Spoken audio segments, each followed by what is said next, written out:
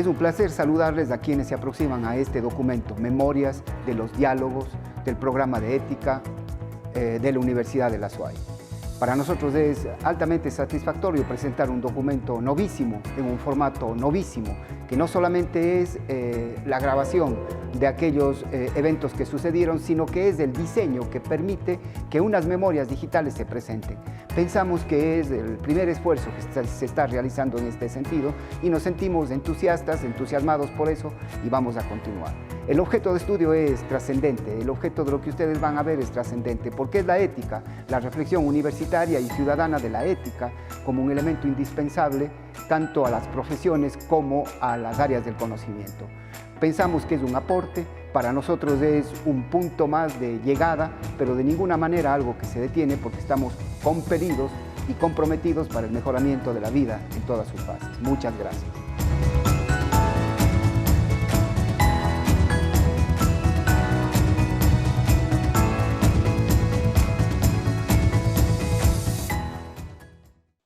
Muy bien, muy buenas tardes con todos. Damos por iniciado esta reunión y este diálogo que vamos a tener respecto del realismo jurídico aplicado a ciertos sistemas de la independencia judicial en el Ecuador. Es primordial, en primer lugar, iniciar determinando que el programa de ética de la Universidad de la SUAY tiene como objetivo primordial contribuir desde el enfoque de la ética con los procesos académicos que están relacionados a la investigación, a la docencia y el servicio a la sociedad para el fortalecimiento de los propósitos institucionales de la Universidad de la SUAY. En este sentido, lo que se pretende es implementar en el marco del diálogo permanente sobre la universidad una amplia línea de investigación académica que mantenga a la ética y a la moral como un eje transversal, como un objeto de estudio específico en distintos campos del conocimiento y en coordinación con la Universidad de la SUAY y sus docentes. Es para mí un gusto poder presentar a quienes van a ser los partícipes de esta reunión y de este diálogo, quienes son comentaristas. En primer lugar está Gina Gutama, Estefanía Tello y Emanuela Villavicencio, quienes son estudiantes de último ciclo de la carrera de Derecho en la Universidad de la SUAY.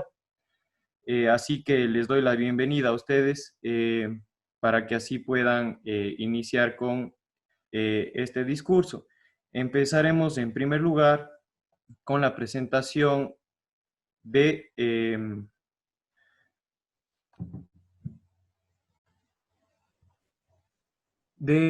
Manuela Villavicencio, si no estoy mal.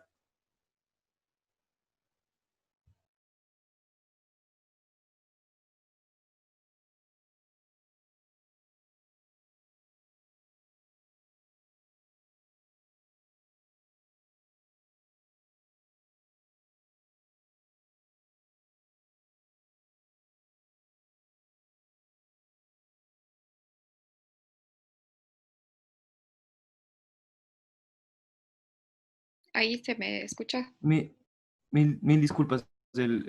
Está, a ver, no sé si, ahí está. Sí, sí se me escucha. Quien va a iniciar el diálogo va a ser Estefanía Tello, así que le concedemos la palabra a Estefanía. Gracias. ¿Se me escucha ahí? Sí. Para empezar quiero yo agradecer nuevamente la oportunidad que nos ha dado el doctor Juan Morales de hablar de estos temas tan interesantes para todos nosotros. Y yo voy a empezarles hablando del realismo jurídico y un poco de lo que es, en palabras bastante simples y bastante breve. Y a lo largo de la historia se han generado una serie de opiniones respecto a la esencia del derecho. Hay posiciones clásicas, como a nosotros nos enseñan desde los primeros ciclos de la Facultad de Derecho, que son las posiciones naturalistas y positivistas, que han ido o sea que han sido las que más aportes han recibido, ya sea para adherirse al criterio que sostiene la existencia de los derechos ligados a la condición humana, o al enfoque que tiene la escuela positivista, que plantea que el derecho es el conjunto de normas que rigen la conducta de todos los individuos en una sociedad, y dejando de lado la pretensión de encontrar justificaciones, si es que queremos, hasta filosóficas, por así decir.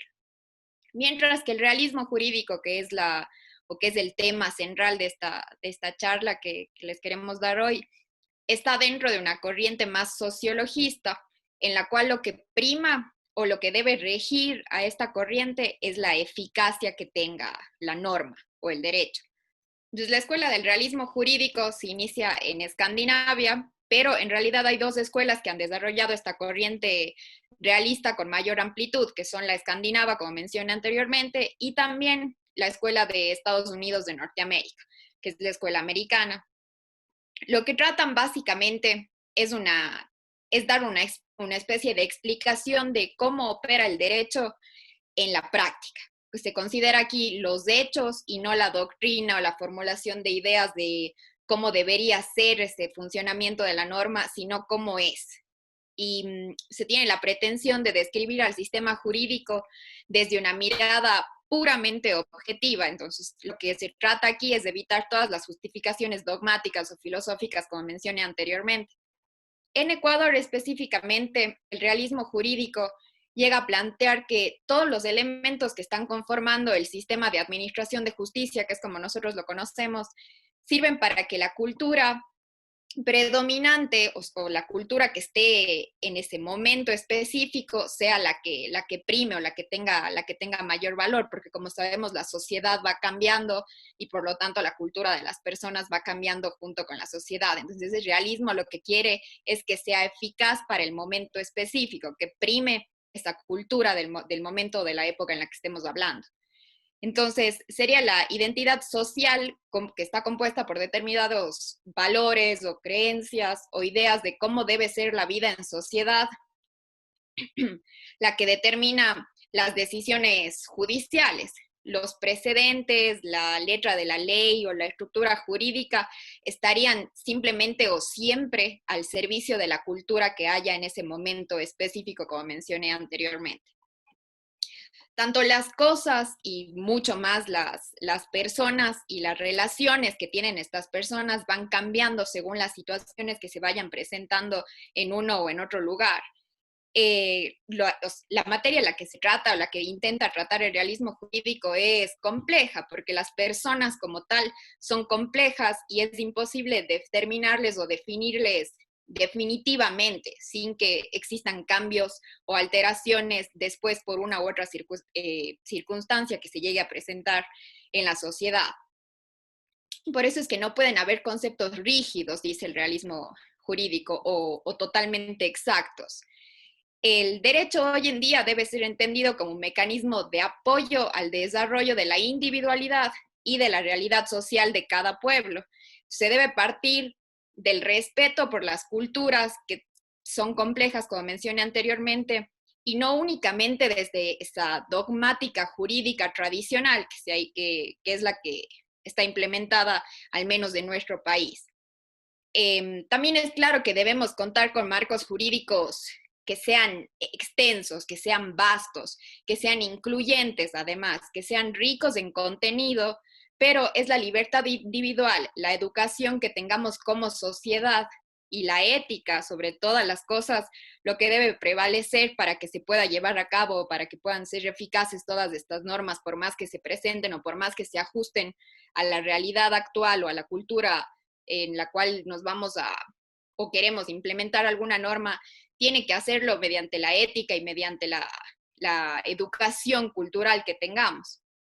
Entonces, obviamente debemos comprender y prever el escenario de complejidad que se presenta y del cambio por el cual todas las culturas o sociedades pasan. Gracias a ese cambio se deben construir permanentemente las condiciones de vida, ya sea de un lugar o de otro.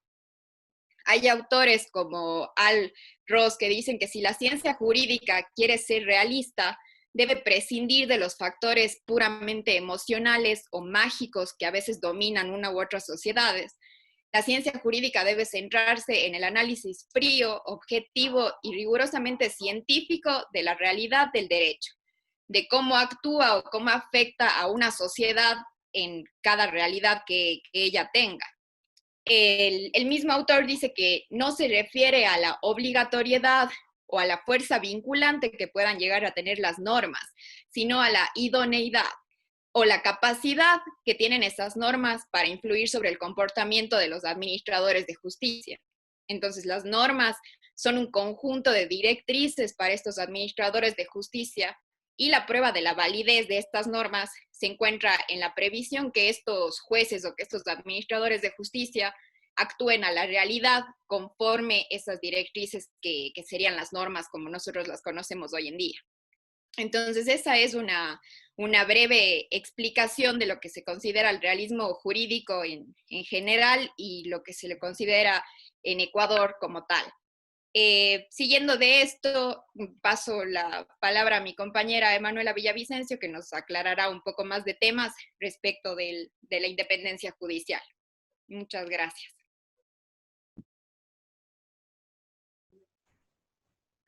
Muchas gracias, Estefanía. Creo que para todos ha sido sumamente importante tu aportación y tu discurso. De forma de aclaración, como tú bien has dicho, el realismo jurídico, especificando las posiciones tanto naturalistas y realistas, nos lleva a entender que era objetiva y que nos permita determinar cómo afecta o no a una sociedad determinada. Te agradecemos por tu diálogo y concedemos la palabra a Emanuela Villavicencio, quien nos va a hablar sobre la independencia judicial. Bien, no sé si me confirman si es que el audio es adecuado. Perfecto.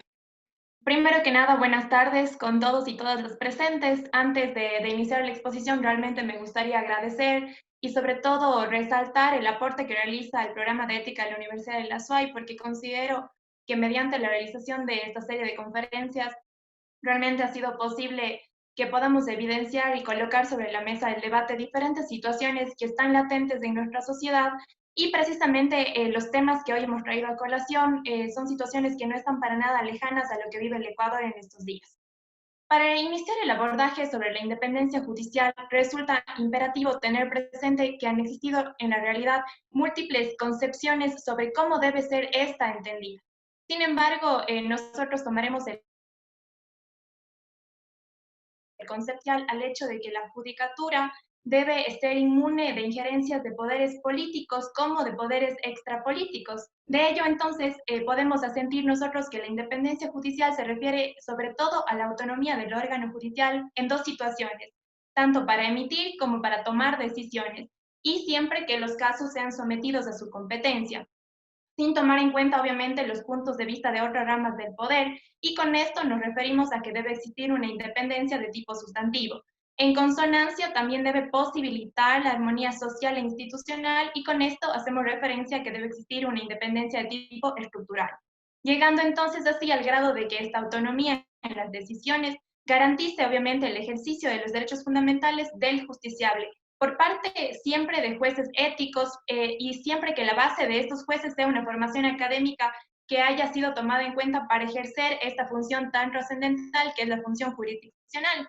Ahora, en este punto me atrevo a afirmar que la función judicial debemos tener claro nosotros que ejerce un papel preponderante en la construcción de un Estado de Derecho. Este papel tuvo su origen en la división de poderes, la misma que, como conocemos, fue instaurada por los revolucionarios franceses y se generó precisamente para poner fin a la arbitrariedad, al abuso y a la inseguridad jurídica que era prevaleciente en el régimen antiguo. A la vez, se le dotó de forma exclusiva a la función judicial la tarea de administrar justicia. Y aquí debemos considerar que, si bien es cierto, en un primer momento no se le reconoció la competencia para conocer y resolver el tema contencioso administrativo, sin embargo, nosotros vemos que paulatinamente se fue avanzando hasta que hoy día ya alcanza este campo y es gracias a ello que se erige como el control adecuado de las demás funciones del Estado y precisamente como el más efectivo mecanismo de protección de derechos a los ciudadanos y a las ciudadanas de un país. En este sentido, entonces, nosotros podemos observar que la independencia judicial, al tomar este rol indispensable para el buen funcionamiento del Estado, se constituye como un principio básico que guía el manejo adecuado de la administración pública. De ello, entonces, nos permitimos afirmar que la independencia de la función judicial, pero sobre todo la independencia del quehacer jurisdiccional, son requisitos sine qua non que deben existir para que se configure de manera adecuada el Estado de Derecho. Como poder del Estado, entonces, ya teniendo la concepción clara y más exactamente como un poder jurídico de la función judicial, esta de ninguna manera puede encontrarse subordinada a injerencias políticas o extrapolíticas, sino que más bien lo que busca este poder del Estado es controlar aquello a fin de que la actuación se encuentre ajustada a la constitucionalidad por un lado y a la legalidad por otro lado, que si bien es cierto son conceptos que van a la par, son circunstancias totalmente distintas. En esto, entonces, resulta necesario que quienes administren justicia para lograr ser imparciales, primero los jueces deban cumplir con el requisito de ser independientes. ¿Esto por qué? Porque debido a que cuando una persona acude a los tribunales de justicia, lo hace porque precisamente sus derechos e intereses han sido afectados o transgredidos. Entonces busca que los jueces reparen la referida transgresión. Ante ello, se evidencia la responsabilidad inmensa que pesa sobre los servidores judiciales, porque la decisión que ellos deben tomar debe ser obviamente sin ningún tipo de discrecionalidad ni arbitrariedad, sin presiones ilegítimas de ningún tipo, pero sobre todo debe ser maximizando el goce efectivo de los derechos fundamentales, basando el análisis que ellos tomen en dos pilares fundamentales, que son la independencia y la imparcialidad. En este punto radica entonces la idea de la responsabilidad de los jueces. ¿Y esto por qué? Porque dada su función esencial en un Estado democrático, la responsabilidad de ellos debe ir más allá de que simplemente se derive de una sanción disciplinaria que se encuentre porque han cometido una falta que se encuentra previamente tipificada o que se encuentra contenida dentro de una norma legal, sino que lo que debemos aspirar como ciudadanos es que los jueces tengan interiorizado un comportamiento ético. Entonces, de esta manera se guiarán sus actuaciones de manera esencial, pero sobre todo de una manera completa. Esto frente a los justiciables y a los ciudadanos en general. Es por ello nosotros que como grupo y como estudiantes de Derecho consideramos esencial que sea recogido en un código los principios éticos y básicos que deban ser asumidos y aceptados voluntariamente por los jueces, ya que de esta manera se van a poder mostrar hacia los ciudadanos y creemos que realmente esta es una necesidad real, pero sobre todo es un objetivo que debemos cumplir en nuestro país. En este sentido, entonces, cabe hacer alusión a que, de manera lamentable, aunque tradicional, los sistemas judiciales en América Latina han sido influenciados vastamente por órganos ejecutivos y legislativos, pero también ha jugado un papel trascendental y lamentable otra vez la burocracia del rol del juez, en el cual al aplicarse las leyes en su procedimiento y en todos los campos se vuelve complejo y hasta cierto modo también excesivamente formalista, lo que hace y configura de una forma inoperante e incompatible la función de administrar una pronta y cumplida justicia. Y esto vemos nosotros que sin duda alguna ha dificultado la independencia de la administración de justicia. Sin embargo, de todo lo expuesto, vemos que la administración de justicia en nuestro país no ha podido gozar de independencia de una manera plena a lo largo de toda su historia. Y ello se debe básicamente a que la política, antes que servir como un instrumento que ayude y que establezca condiciones para mejorar la calidad de vida de los ciudadanos, más bien se ha prestado para dificultar la construcción de una sociedad y de una justicia democrática. Esta situación sin duda alguna ha influido directamente en el grado de confianza que los y las ciudadanas tienen en los jueces y por ende en el sistema judicial. En concordancia con lo manifestado hasta ahora, entonces, debemos recalcar que la independencia judicial, si bien es cierto, implica la no intervención de otros poderes del Estado, también significa la no injerencia de entes no estatales, y con ello podemos hacer mención a las organizaciones de sociedad civil, a grupos religiosos, a redes sociales, a través de medios digitales o medios de comunicación. Y estos últimos, precisamente y principalmente, generan presiones que afectan el desenvolvimiento de la esfera judicial. Empero debemos de entender bien que ello tampoco significa que los jueces no deban respetar el principio de publicidad y que ellos puedan o deban tomar decisiones de manera clandestina, porque la independencia judicial mal entendida debemos tener claro que generaría una ilegítima vulneración a la participación activa de los ciudadanos, sobre todo en derechos trascendentales como el derecho a la comunicación o el derecho a la información pública. Finalmente, considero relevante traer a colación una interrogante que me parece básica en este supuesto, y es ¿para qué sirve entonces la independencia judicial? Entre otras cosas, podemos ver nosotros que se supone que la independencia judicial contribuye en primer lugar a mantener la seguridad jurídica, la seguridad ciudadana, pero sobre todo pretende la protección de los derechos de los ciudadanos frente al Estado. Y es precisamente en este último punto en donde quiero enfatizar mi reflexión sobre la protección de los derechos de los ciudadanos frente al poder del Estado. Porque es común que los gobiernos olviden su propósito social y compliquen o perjudiquen la situación de los ciudadanos con decisiones y también con políticas que favorecen a una mayoría. Muchas veces debemos tener claro que las instituciones gubernamentales restringen los derechos de las personas que no tienen poder, ya sea político o poder económico. Al respecto, considero que adquiere especial relevancia el papel del Poder Judicial en una democracia. Y esto lo sostengo principalmente porque su propósito debe ser el hecho de proteger los derechos e intereses de todas las personas en general. Por lo tanto, cada persona que acuda ante un tribunal de justicia debe tener los mismos e iguales derechos que los demás. Los jueces no deben ni pueden decidir en base a lo que piense una mayoría, sino en base a normas legales. Por lo tanto, no debería importar el poder político, ni mucho menos el poder económico de una persona que esté ante un tribunal, sino lo que debe primar son los hechos del caso, el mérito de la argumentación, pero sobre todo altos niveles de justicia. Cabe en este punto recordar lo que ha destacado el ilustre jurista Zaffaroni. Él nos menciona que muchas de las veces los que tienen el poder olvidan los derechos de algunos sectores o el hecho de que su poder no es ilimitado. Por eso, en los sistemas democráticos se ha intentado entonces establecer un sistema de frenos y balances.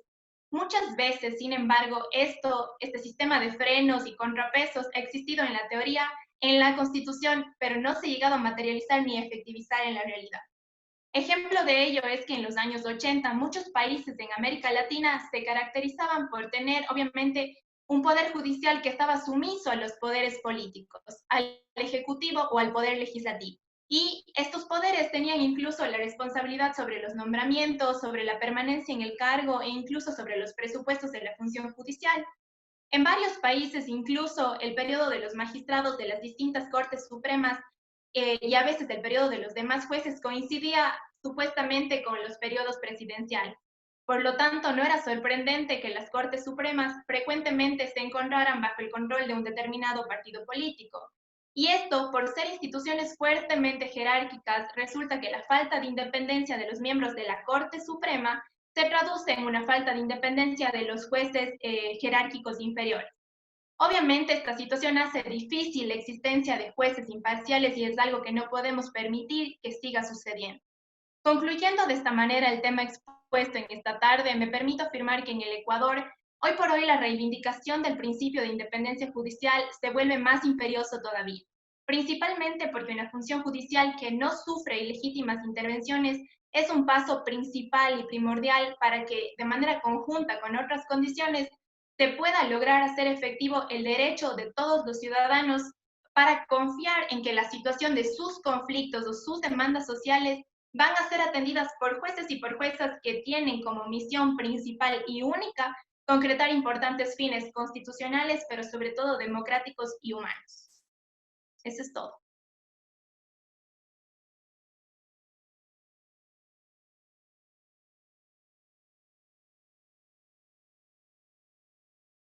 Muchas gracias, Emanuela. Queremos agradecerte por tu intervención y evidentemente acotar ciertas situaciones respecto de la independencia judicial, como bien has manifestado, basándonos en la división de poderes, el órgano judicial debería ser evidentemente independiente y como tú has dicho, no solo implica la la no intervención de otros poderes, sino también la no injerencia de ciertos medios, ya sea de comunicación o de presión social, que es evidente que se da muy seguido en nuestra situación actual judicial.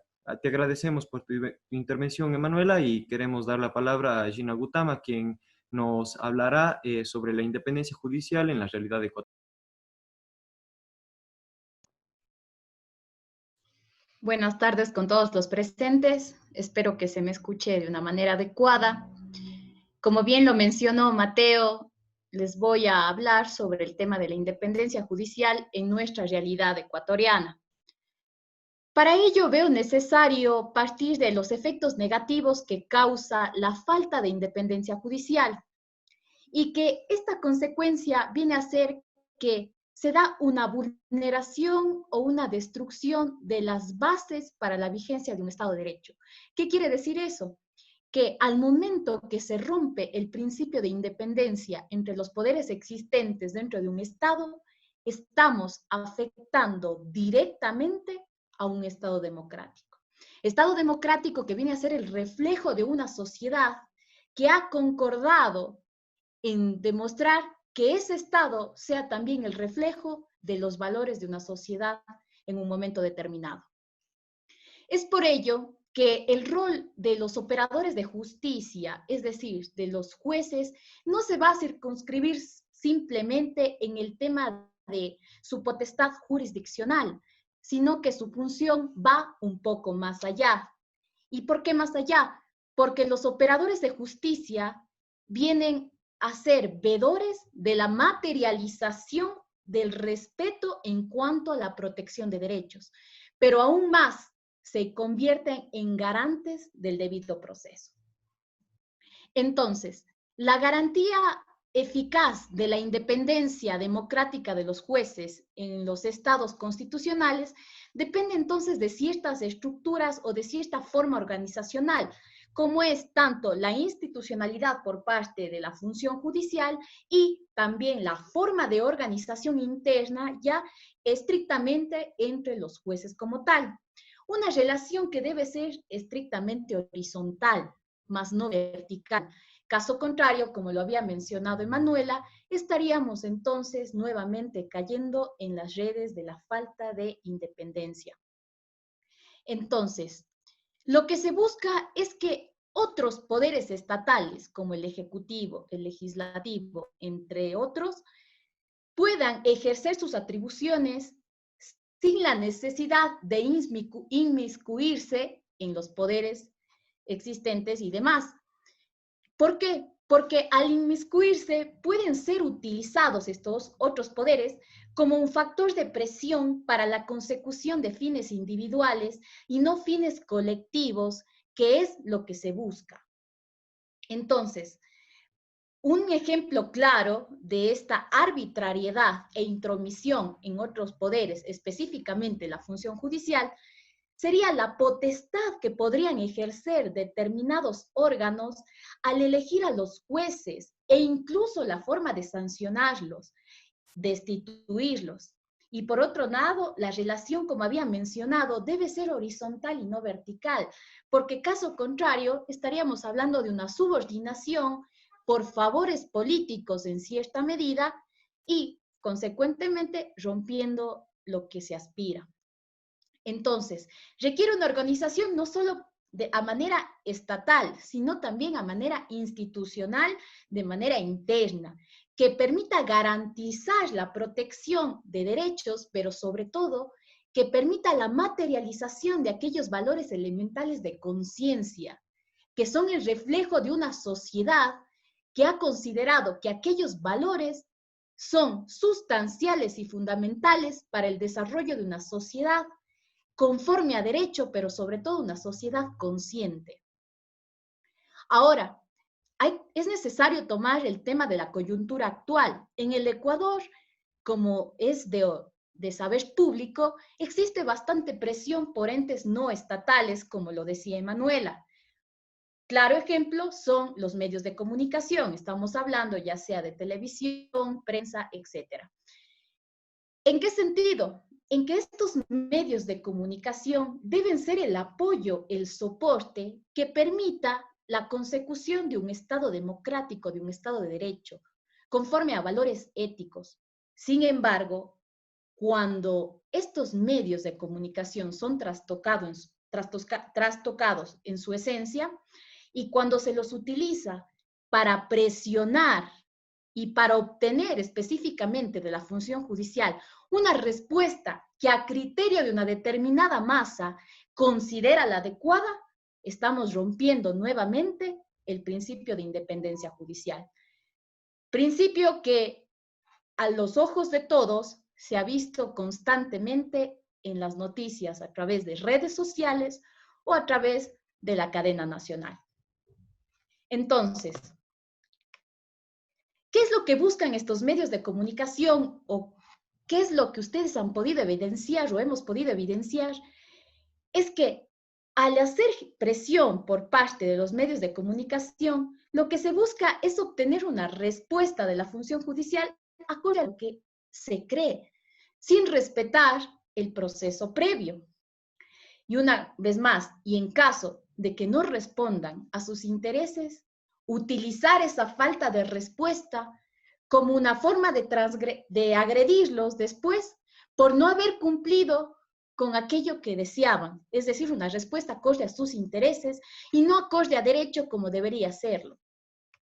Entonces, lo que se busca no es que los medios de comunicación dejen de hacer su labor tan respetada, sino que lo que se busca es que los medios de comunicación puedan encauzar su verdadera esencia, su verdadera función y permitan o coadyuven a una verdadera institucionalización de un Estado democrático y que no se vuelvan una herramienta para factores externos y lograr la consecución de intereses netamente políticos alejados de la verdadera esencia colectiva. Por ello, hay autores como Ferrajoli que nos hablan de una responsabilidad social por parte de los jueces, que implica, sí, un control por parte de la sociedad en cuanto a las resoluciones que emitan. Por ello tenemos el tema de el principio de publicidad de las audiencias. Pero este autor, Ferrajoli, nos dice que para poder existir una verdadera o un verdadero control social, es necesario una sociedad madura políticamente, una sociedad capaz de comprender que no se trata de imposición de criterios individuales, sino del camino hacia un mismo fin, y sobre todo para velar, como había mencionado, aquellos valores elementales de conciencia, aquellos valores éticos sociales. Entonces, necesitamos una sociedad madura políticamente. Es importante también tener presente que la motivación de los jueces ya incluye en su actuar diario que sean acorde no solo a la normativa, es decir, de manera netamente legal, sino que estas resoluciones que emitan en base de un determinado caso sean también concordantes con principios, con valores, pero principalmente con la ética. Ahora, se mencionó por parte de nuestros compañeros que se requiere en el Ecuador la elaboración de un código de ética, la elaboración de un código que permita subsumir o hacer un conjunto de aquellas propuestas que permitan darle al Ecuador las herramientas necesarias para que pueda, a nivel internacional y sobre todo a nivel interno, obtener o alcanzar ese fin que busca y que está consagrado en la Constitución, que es un desarrollo social justo, equitativo, pero sobre todo acorde a derecho. Entonces, hay varios organismos internacionales que ya se han pronunciado respecto de aquellas medidas necesarias para materializar la independencia judicial, entre ellos la Corte Interamericana de Derechos Humanos. ¿Y qué nos dice la Corte Interamericana de Derechos Humanos? Entre las varias herramientas que les da a los Estados miembros, son entre ellos, primero, que se debe garantizar la participación de actores y grupos diversos de la sociedad, especialmente asegurando la igualdad de participación entre aquellos grupos considerados históricamente como vulnerables. Un ejemplo de ellos, la igualdad en participación en cuanto a las mujeres y otros grupos culturales. Una segunda herramienta para fortalecer la independencia judicial es generar procesos que realmente permitan el control y una revisión objetiva de quienes aspiran a la función judicial. ¿Y a qué me refiero con un proceso que permite el control y la revisión objetiva? Me refiero a un control respecto a los méritos profesionales. Es decir, evitar la discrecionalidad de las personas u órganos que intervienen en la selección. Es lo que se busca, crear un proceso transparente, un proceso donde la participación social entra, pero a ser un tema de control, netamente objetivo, alejado de temas subjetivos o intereses políticos. Otra tercera herramienta sería establecer aquellas salvaguardas para que los procesos de selección no sean realizados en base de intereses particulares o partidarios, que van a socavar a medidas cuenta lo que es la independencia judicial. Una cuarta herramienta para esta propuesta de un código de ética que permita materializar la independencia judicial son que los procesos de selección deban estar abiertos al escrutinio público o al escrutinio de los sectores sociales. Esto es lo que nos dice la CIDH. Es decir, ¿con qué objetivo? Nuevamente, evitar la discrecionalidad, pero sobre todo que las entidades u organismos encargadas de la selección y el nombramiento faciliten la identificación de los postulantes para que pueda darse una publicidad de aquellos que aspiran a aquel puesto y se pueda ejercer una especie de control. Y finalmente nos dice también la CIDH que se requiere el fortalecimiento de la publicidad con el objeto de generar transparencia en cada etapa de los procesos de selección de quienes van a formar parte de la función judicial. Es un principio básico en un país democrático y es lo que nos ha traído esta tarde a conversar específicamente qué es la independencia judicial. Entonces, es necesario dejar una pregunta. De lo expuesto, entonces, ¿se considera necesario, o mejor dicho, es importante la generación de aquellos códigos que permitan condensar aquellos valores éticos que le den la posibilidad a la función judicial de ejercer una verdadera función acorde a los principios constitucionales y fines que allí se plantean? ¿Es importante? Creo que la respuesta resulta obvia, pero hasta el momento en el Ecuador no se lo ha hecho. Se ha buscado medios y se lo ha conseguido paso a paso, pero para ello está la academia, en la generación y en el fortalecimiento de aquellas propuestas que permitan a futuro obtener un verdadero cambio social, obtener tanto de quienes están en la función judicial, pero también de quienes somos partícipes diariamente, los miembros de la sociedad, para fortalecer las instituciones y las normas. Teniendo presente que las normas, por así decirlo, no implican una simple institución carente de sentido. Las normas vienen a reflejar aquello que la sociedad busca y, como vuelvo y repito, se busca proteger aquellos valores elementales de conciencia. Eso en esta tarde. Muchísimas gracias por el espacio. Muchísimas gracias, Gina.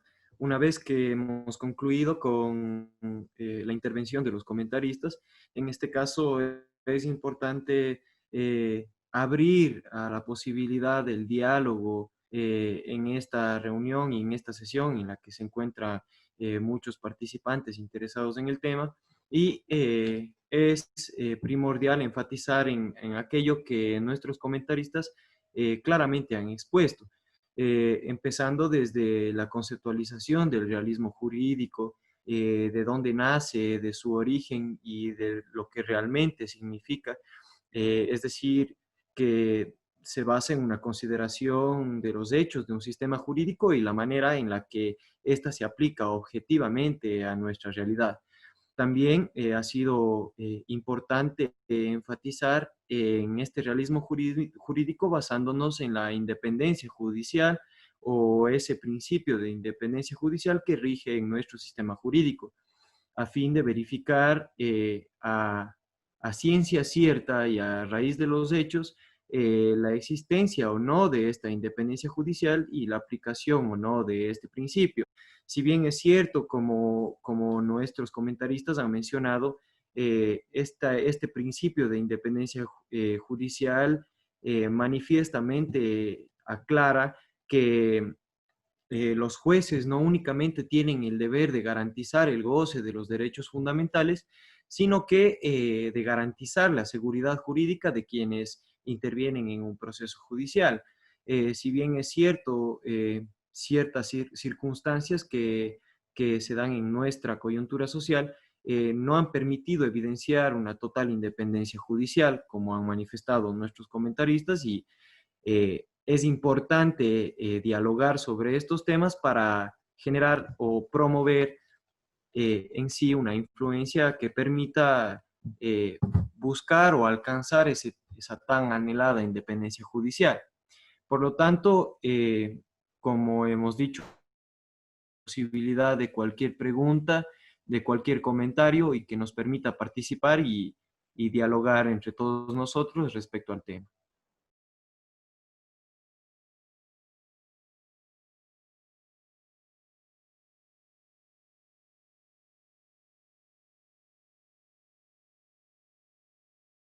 Cualquier pregunta, duda o comentario es bienvenida, si bien por el medio de chat o de mensajes, vamos a leerlas y vamos a hacer los comentarios pertinentes.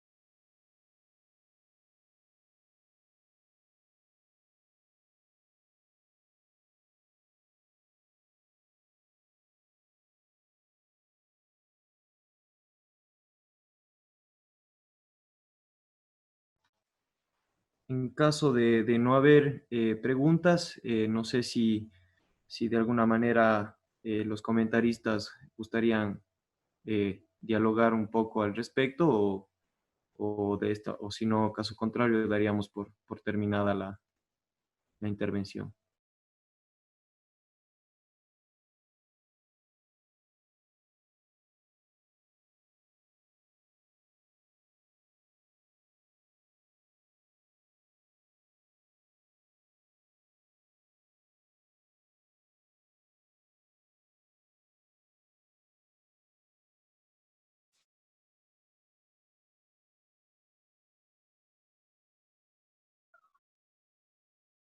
Buenas tardes, ¿se me escucha tal vez?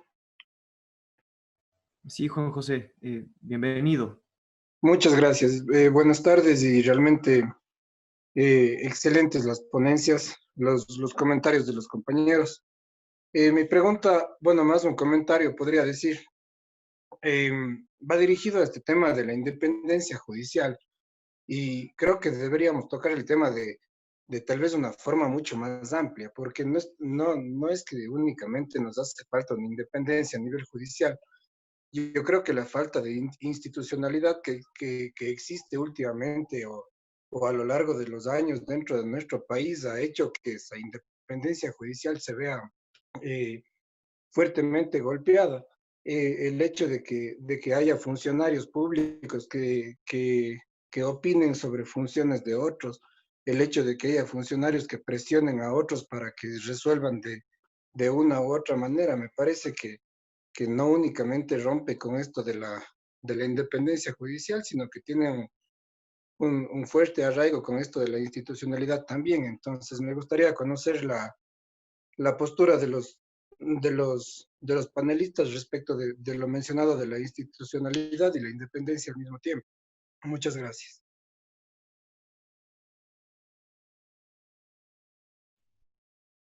Tal vez, si me permiten comentar lo mencionado por Juan José. Ya. Lo mencionado por nuestro compañero es una realidad latente, es verdad. Se requiere un fortalecimiento de la institucionalización. Y es lo que había estado mencionando, que ya los organismos internacionales se han pronunciado sobre las herramientas o las formas en las que los estados pueden fortalecer la independencia judicial, fortalecer y, mejor dicho, materializar el principio de independencia judicial. Y por ello, uno de los factores más importantes que considero a criterio personal es el evitar la privatización o el ocultamiento en cuanto a la posibilidad que tiene la masa social de generar una especie de control en cuanto al escrutinio público de las elecciones. Es decir, necesitamos un proceso transparente, un proceso que permita a los miembros de la sociedad poder efectivamente hacer un control de quienes se van a encontrar ejerciendo determinada función. Es que ese viene a ser el rol de la sociedad. No es el rol de una sociedad pasiva, es el rol de una sociedad activa y comprometida con la vigencia de la ética. Si como sociedad no participamos y no nos encontramos preocupados por encontrar o luchar día a día porque efectivamente se materialice aquellos valores, principios y sobre todo la ética, entonces el primer paso a dar sería cambiar de perspectiva individual y a eso vincularle con la creación de procesos transparentes. Es decir, necesitamos un tema de regulación, un cuerpo que permita regular la forma de ejercer un control en cuanto a estas funciones. No decimos que sea la sociedad como tal, porque el tema de la función judicial, los jueces como tal, no es que se someten a la votación popular, no, sino que requerimos que realmente las personas que vayan a ocupar determinados cargos sean coherentes en cuanto a los méritos de oposición para poder ocupar ese lugar. Es decir, hay necesidad de una regulación. Creo que tal vez por ahí va la pregunta de Juan José. Es decir, la necesidad del fortalecimiento de un proceso transparente que permita un control y también, sobre todo, el escrutinio público, que no va a romper, en teoría, el principio de independencia, mejor dicho, no va a desembocar en una intromisión. Al contrario, lo que se busca es dar fortalecimiento a ese Estado democrático a través de la participación ciudadana. Sí, yo algo súper breve, porque en realidad estoy bastante de acuerdo con lo que dijo Juan José. Yo creo que si es que desde un inicio no se pone como, no quiero decirlo control, sino como unos lineamientos fijados en siempre la honestidad, la ética, que al final lo único que, o lo que todos queremos es llegar al fin máximo, que es la justicia. Si es que desde un inicio, si es que en las bases no se establecen ya esos lineamientos, es obvio que la administración de justicia o que no va a existir una independencia judicial. O sea, si es que empieza mal, va a ir por ese mismo camino. Entonces yo creo que eso es como la realidad o lo que está pasando, al menos ahora que vemos tantas noticias como Juan José mencionó, que es de eso, que empezó mal y por la situación en la que estamos pasando también es que se está evidenciando algo que tal vez todos sabíamos, pero que no decíamos. Entonces yo concuerdo con Gina también, que empieza desde nosotros ese cambio, desde nosotros el establecer los lineamientos éticos en los cuales queremos desempeñarnos como sociedad. Nada más de eso quería yo comentar. Gracias. Bueno, a manera de una condensación de lo que han dicho mis compañeras que me han precedido en la palabra, yo sí considero importante, obviamente, coincidiendo con sus puntos de vista, que también es trascendental aquí el papel que juega la teoría de la separación de poderes, ¿no?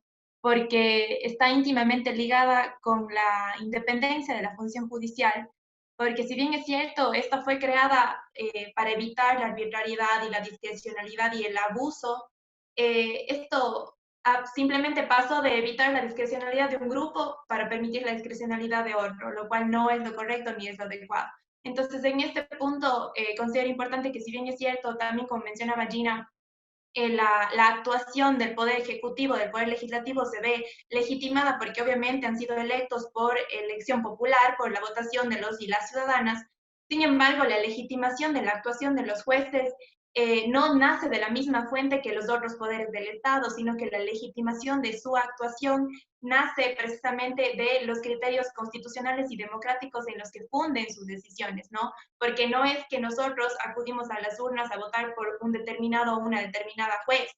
Entonces es importante mantener y tener claros esos criterios constitucionales y democráticos. Por otro lado, también considero que sí es un objetivo necesario el hecho de condensar un código de ética, pero un código que sea realmente valedero, que no se quede en papel, sino que se llegue a materializar y profundizar. Y es aquí precisamente en donde es clave y trascendental la actuación y el rol académico que cumplimos nosotros. Y es a lo que hago una llamada a todos los que estamos presentes, que no solamente nuestra intervención se quede en palabras o incidir de una manera indirecta, sino que realmente nos inmiscuyamos y que formemos parte de un cambio y generemos ideas, generemos academia, generemos opinión profunda. De esta forma, entonces, creo que el control que podríamos realizar hacia las decisiones judiciales no se trata de un control de tipo para nada vertical, sino más bien es un control interparte, sino un control de tipo horizontal. Entonces, creo que es importante que estos espacios, a pesar de que sean virtuales, sirvan como semilla y como germen para que nosotros creemos academia y generemos ideas, y de esta forma lleguemos a presentar algún tipo de proyecto y condensemos así un código de ética. Eso, y agradecer la oportunidad de participar.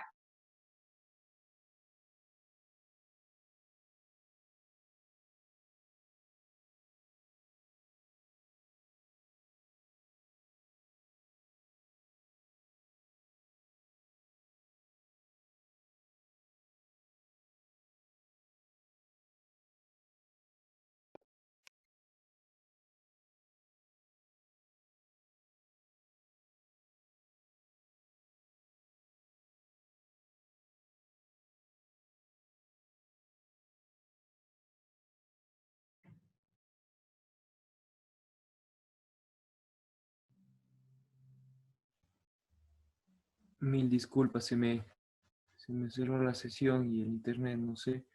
Bueno, previo a dar por terminado esta reunión, es primordial agradecerle al doctor Juan Morales por la oportunidad de hacer este diálogo, que nos está tocando temas que son de trascendental importancia para nuestra sociedad, y sobre todo mantener a la ética y a la moral como eje transversal de un sistema jurídico. Siendo así, agradecemos y damos por terminada este diálogo y esta sesión.